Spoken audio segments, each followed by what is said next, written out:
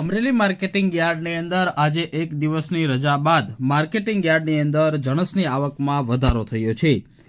Amreli marketing યાર્ડમાં કપાસ, મગફળી, સોયાબીન, ઘઉં, ચણા તેમજ તલની આવકમાં વધારો થયો છે.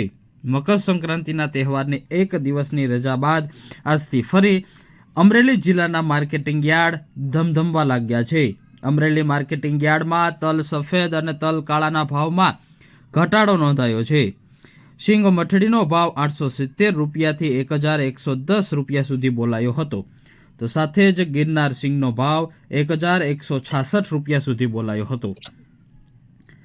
માર્કેટિંગ યાર્ડની અંદર શીંગ મોટીનો ભાવ 800 રૂપિયાથી 1197 રૂપિયા સુધી બોલાયો હતો, તો સાથે જ શીંગ દાણા ફાડાનો ભાવ 830 રૂપિયાથી 1200 રૂપિયા સુધી નોંધાયો હતો.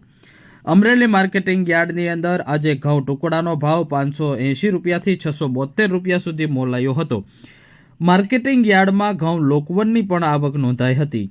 ઘઉં લોકવનનો ભાવ આજે 550 રૂપિયાથી 635 રૂપિયા સુધી બોલાયો હતો. અમરેલી યાર્ડમાં આજે સોયાબીનની આવક નોંધાઈ હતી. સોયાબીનનો ભાવ 600 રૂપિયાથી 843 રૂપિયા સુધી બોલાયો હતો, તો ચણાનો ભાવ 986 રૂપિયાથી 1205 રૂપિયા સુધી બોલાયો હતો. માર્કેટિંગ યાર્ડની અંદર ચણાના ભાવમાં ઘટાડો નોંધાયો છે, તો સાથે જ અમરેલી યાર્ડમાં આજે 11 ક્વિન્ટલની આવક નોંધાઈ હતી. અમરેલી યાર્ડમાં તલ સફેદ, તલ કાળા અને કશ્મીરીની આવક નોંધાઈ હતી. તલ સફેદનો ભાવ આજે 2095 રૂપિયાથી 2400 રૂપિયા સુધી બોલાયો હતો. તલ કાળાનો ભાવ 4300 રૂપિયાથી 4500 રૂપિયા સુધી બોલાયો હતો. તલ કશ્મીરીનો ભાવ 2800 રૂપિયાથી 2845 રૂપિયા સુધી બોલાયો હતો. માર્કેટિંગ યાર્ડની અંદર તલ કશ્મીરીના ભાવમાં ઘટાડો નોંધાયો છે, તો સાથે જ તલના ભાવમાં ઘટાડો નોંધાયો છે. તલ કાળાના ભાવમાં પણ ઘટાડો નોંધાયો છે. કુલ 70 ક્વિન્ટલ જેટલી આવક અમરેલી યાર્ડની અંદર તલની નોંધાઈ હતી. સાથે આજે જુવારની જણસની હરાજી કરવામાં આવી હતી. જુવારનો ભાવ 800 રૂપિયાથી 810 રૂપિયા સુધી બોલાયો હતો. મગનો ભાવ 1200 રૂપિયાથી 1710 રૂપિયા સુધી બોલાયો હતો.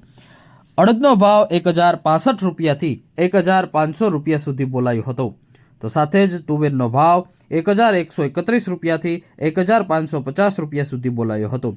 અમરેલી માર્કેટિંગ યાર્ડની અંદર આજે વાલની આવક નોંધાઈ હતી. વાલનો ભાવ 1406 રૂપિયા સુધી બોલાયો હતો. એરડાનો ભાવ આજે 1100 રૂપિયાથી 1203 રૂપિયા સુધી બોલાયો હતો. સાથે જ જીરુનો ભાવ 3370 રૂપિયાથી 4255 રૂપિયા સુધી બોલાયો હતો. મરચા લાંબાની પણ આવક નોંધાઈ હતી. મરચાનો ભાવ 450 રૂપિયાથી 3370 રૂપિયા સુધી બોલાયો હતો. 145 ક્વિન્ટલની આવક નોંધાઈ હતી.